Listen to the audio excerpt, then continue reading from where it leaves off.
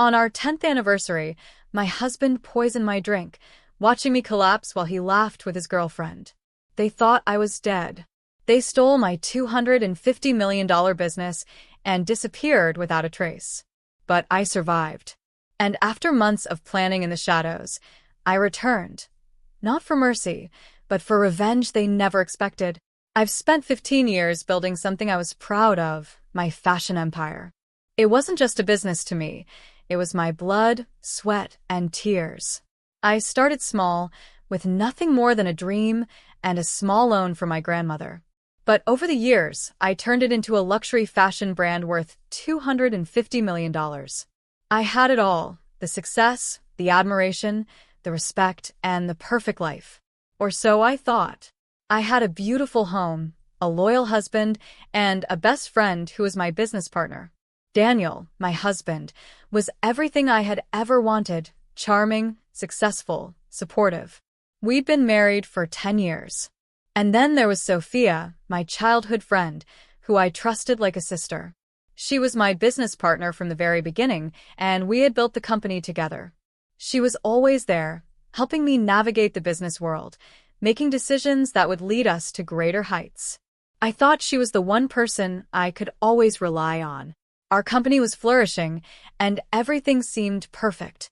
We were celebrating our 10th wedding anniversary, and Daniel had planned a special dinner.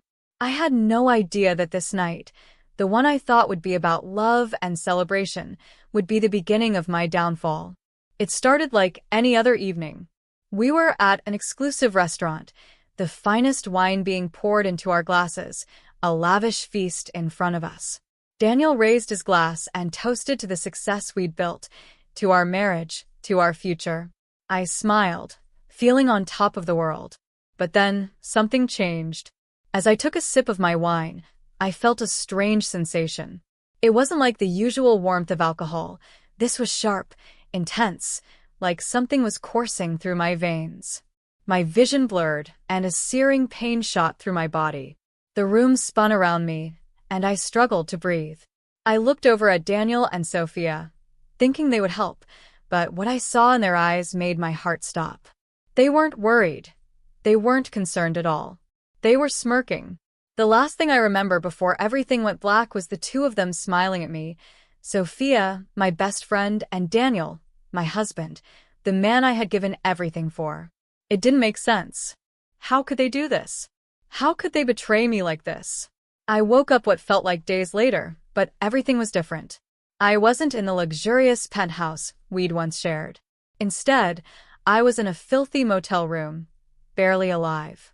My body was weak, and I could barely sit up.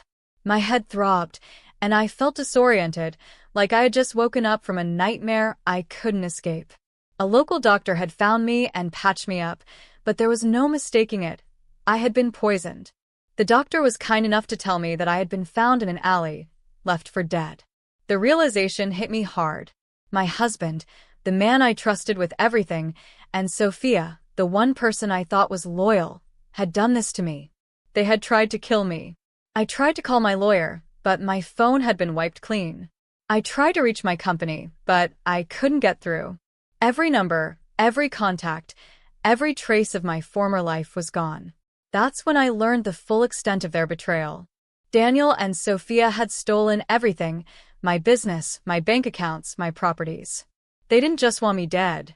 They wanted to erase me completely. And they had succeeded. My company, the empire I had worked my whole life to build, was now theirs. They had taken it all, leaving me nothing. Worse still, they had framed me for financial fraud, making it impossible for me to ever return to my old life. I was now homeless, penniless, and alone. For days, I sank into a deep despair. How could this happen? How could I have been so blind? I had loved them both with all my heart, and they had destroyed me. But something changed within me. The despair turned to anger. No longer was I the victim. No longer would I lie down and let them get away with what they had done. If they thought they could destroy me, they were sorely mistaken. I wasn't going to be the woman they left for dead. I was going to become something else, something they never expected. I was going to make them pay. I spent months in hiding, creating a new identity for myself. I changed my appearance, moved to a new city, and erased any trace of my old life. But I wasn't hiding because I was afraid. I was hiding because I was preparing. I was preparing for the moment when I would strike back. I started from scratch, working with the underworld, the very people my old life had never even touched. I met Marco Vasquez, a black market broker, who taught me how to infiltrate networks, manipulate people, and dismantle empires from within. He was ruthless, but he saw something in me, a woman who had been wronged and was willing to do whatever it took to get her revenge. For 2 years, I worked in the shadows, building my power, gaining information, and biding my time. I knew that Daniel and Sophia had moved to Miami, living comfortably off the money they had stolen from me. But I also knew they would never see me coming. And when the time was right, I would strike. They thought they had won. They thought I was gone forever. But I was still here. And I was coming for them. For 2 years, I disappeared into the shadows, becoming someone they would never recognize. I had no money, no identity, no connections. Everything I had worked for 15 years of building an empire was now in the hands of my husband and best friend, the very people I had trusted most. But I wasn't the type to beg. I wasn't the type to run. I was the type to take back what was mine. I needed help. I needed power. And in the world I was stepping into, power was not given. It was taken. That's how I met Marco Vasquez. Marco was the kind of man my old self would have never associated with, a black market broker, a man who dealt in secrets and destruction. He had no loyalty, only business, and that's exactly what I needed. When I first approached him, he smirked, his cigar smoke curling through the air like a snake. "You," he scoffed. The famous Elena Carter? The woman who used to strut around in designer heels and sip champagne at gala events? You wouldn't last a day in my world. I didn't flinch. I don't need to last a day, Marco. I just need to last long enough to destroy them. That got his attention. Still, he tested me. He pushed me into the darkest corners of the world I had never known. He made me prove that I was willing to do whatever it took. I learned fast. I learned how to disappear, how to manipulate, how to make people believe whatever I wanted them to. Most importantly, I learned how to take down an empire from the inside. Daniel and Sophia had moved to Miami, using my stolen fortune to expand their corrupt empire. They had taken my money, my company, and built something bigger, more powerful. They thought they were untouchable. I knew I couldn't take them down overnight. If I attacked them head-on, they'd crush me before I even had a chance to strike. I had to be patient. I had to be smart. So, I started small. First, I spread whispers. I had learned from Marco that power isn't just about money, it's about perception. People don't invest in weakness, they invest in confidence. So I started planting doubts in Daniel's investors. I used anonymous sources to leak information about fake financial instability, market risks, and fraudulent deals. Investors got nervous. They started pulling out. Stock values dropped. Daniel didn't notice at first. He was too busy living in the luxury that he had stolen. But Sophia, she was sharper. One night, I followed her to an exclusive rooftop party where she was trying to reassure investors. She stood there in her expensive gown, her champagne glass perfectly tilted in her hand, smiling and laughing. But I saw it in her eyes. She was worried. "This isn't normal," she said to Daniel when they stepped aside, just out of the crowd's earshot.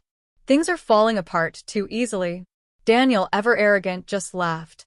"Relax. We're untouchable." I smiled in the darkness. "No, Daniel, you're not." The next phase of my plan was more direct. I needed to hit them where it hurt. I infiltrated their inner circle using the skills Marco had taught me. Fake identities, false deals, secret recordings.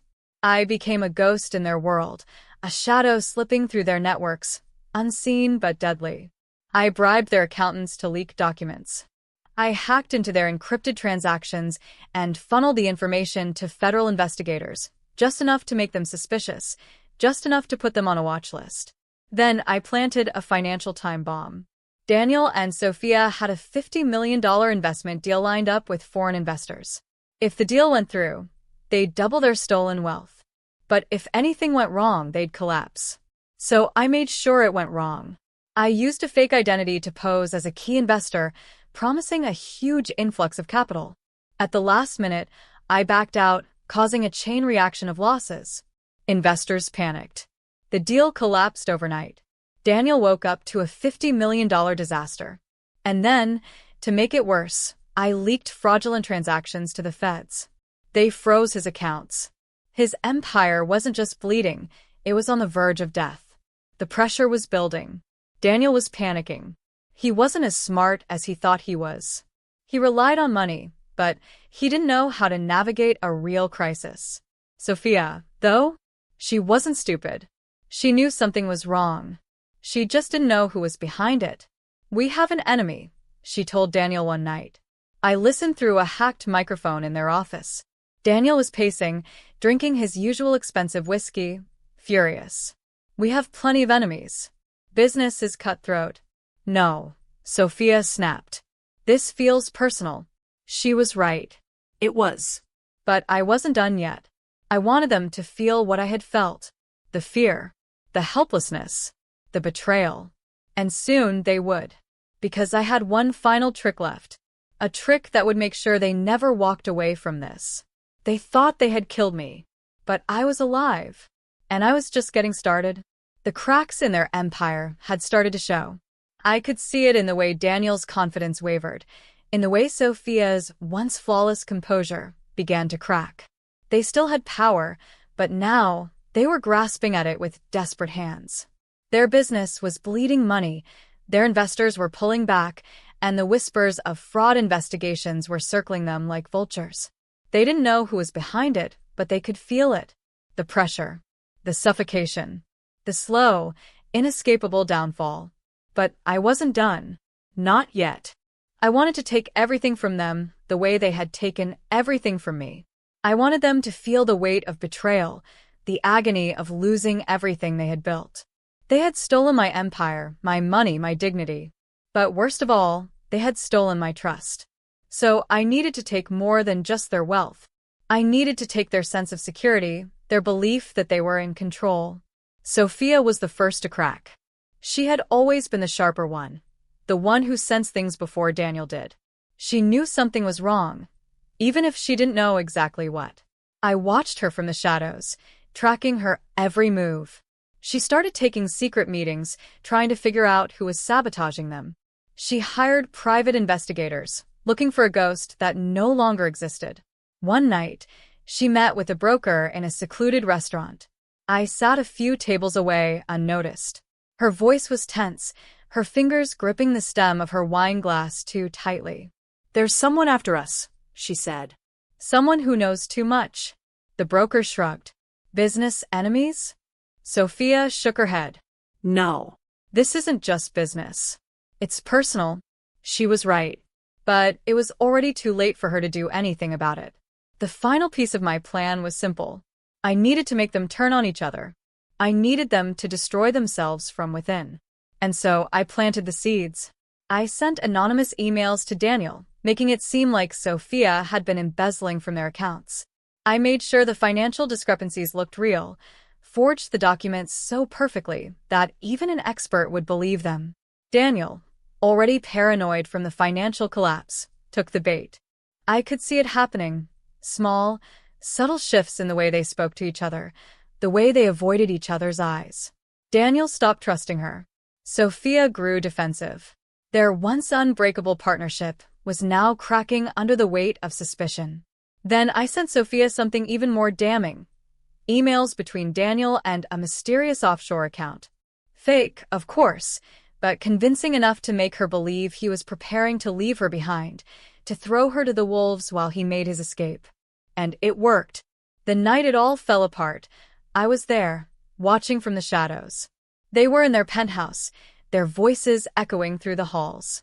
"You think I don't know what you've been doing?" Daniel shouted. Sophia scoffed, her arms crossed. "Oh, that's rich coming from you. How long have you been funneling money out of our accounts?" Daniel's face twisted with rage. "You're lying?" She threw the printed emails at him. "Am I?" He glanced down, saw the carefully constructed evidence I had fed her, and his face went pale. The doubt had taken root. He couldn't tell what was real anymore. And that was exactly what I wanted. The argument exploded into something worse: violence, rage, betrayal. I had done it. I had made them destroy each other. By the time I left that night, they were no longer partners, no longer allies. They were enemies. And they were both desperate, which meant they were exactly where I wanted them to be. The next day, I sent out the final invitations. An exclusive investors' dinner, an opportunity to rebuild after their financial turmoil. A chance to regain what they had lost. They didn't know it yet, but they were walking straight into their own downfall. And I would be there, watching it all unfold. The night of the dinner arrived, and I was ready. This was the moment I had been waiting for, the moment I had built toward for 2 years. Daniel and Sophia thought they were attending an exclusive investors' gathering, an opportunity to salvage what little they had left. They believed they would charm their way back into financial security, manipulate their way out of the crumbling mess they had created. But they were walking straight into my trap, and there was no way out. The venue was perfect, an extravagant penthouse overlooking the city, luxurious enough to make them believe it was real. I had arranged for every detail to be flawless, down to the smallest touch. The guest list was fabricated, the invitations sent to only a handful of people who were either working for me or there to witness their fall. The air was thick with anticipation, though neither of them had any idea what was coming. I had been careful to remain unseen until the perfect moment. Daniel arrived first, his usual arrogance slightly dimmed by stress, but still wearing the confident mask he had perfected over the years. He greeted the guests, shaking hands, playing the role of the untouchable businessman. Sophia arrived soon after, draped in an expensive gown, her expression carefully neutral, but I could see the tension in her eyes. They barely looked at each other. The divide between them had deepened, just as I had planned. The dinner began, and everything was in place. They thought they were here to impress potential investors, to regain their footing after their recent financial disasters. What they didn't know was that I had already ensured there was nothing left for them to save. Every deal they had been holding on to had crumbled in the last 24 hours. Their accounts had been frozen, their assets seized under fraud investigations, and within hours, everything they had built with my stolen money would be gone. When the main course was served, I stepped forward. The room quieted as I made my way to the center, my heels clicking against the marble floor. Daniel's glass paused midair, his face paling as he recognized me. Sophia's breath hitched, her fingers tightening around the silverware. Surprised? I said, my voice calm, steady. You shouldn't be. The silence was deafening. Elena, Daniel finally spoke, his voice unsure for the first time in his life. You look like you've seen a ghost, I said, tilting my head slightly. What's the matter? Didn't expect to see me alive? Sophia recovered faster. This is some kind of joke, she said, forcing a smirk, but I could see the fear creeping into her expression. You're nothing now, Elena. Whatever you think you're doing here, it won't work. I laughed softly. You're right about one thing, Sophia. I was nothing for a while. But that was before I realized what I had to become. I took a step closer, lowering my voice just enough for only them to hear. Before I learned how to destroy people the way you destroyed me. Daniel's hand clenched into a fist. If you think you can threaten us, you have no idea what you're dealing with. Oh, I do, I said, my smile widening. You see, Daniel, while you were busy enjoying my stolen fortune, I was busy making sure you wouldn't have it for long. Your investors? Gone. Your assets? Frozen. Your deals? Collapsed. And in about 5 minutes, you'll have an entirely new problem to worry about. Right on cue, the doors burst open, and the police stormed in. Daniel and Sophia barely had time to react before officers surrounded them, their confused investors stepping back in shock. Detective Olivia Barnes, the woman I had been working with for months, stepped forward, holding up a warrant. Daniel Carter, Sophia Reed, you are under arrest for fraud, money laundering, conspiracy, and attempted murder. Chaos erupted. Daniel lunged toward me, but the officers grabbed him before he could take a single step. You did this, he snarled, his eyes burning with rage. I tilted my head slightly. Of course I did. Sophia, always the survivor, tried to talk her way out of it. This is a mistake. We're being set up. She turned to the investors. You know us. We've been in business for years. This is some ridiculous scheme. One of the officers stepped forward, pulling out a file. We have more than enough evidence, Ms. Reed. Financial records, fraudulent transactions, wire fraud, tax evasion. Should I keep going? Sophia's face crumbled. I watched as they were handcuffed, as the people they once considered allies stepped away from them in disgust. There was no one left to save them, no escape. Daniel glared at me one last time. You think this makes you better than us? I stepped closer, meeting his gaze. No, I said softly. It just makes me the one who won. As they were dragged away, screaming, pleading, I felt nothing but satisfaction. For the first time in years, I was free. I turned to leave, walking past the shocked faces of their so-called friends and business partners. The city lights shone through the glass windows, reflecting back at me like a promise of something new, something better. Everything they took from me was gone. My company, my fortune, my old life, it had all burned to the ground. But that was fine, because I had rebuilt myself from the ashes. And this time, no one would ever take anything from me again.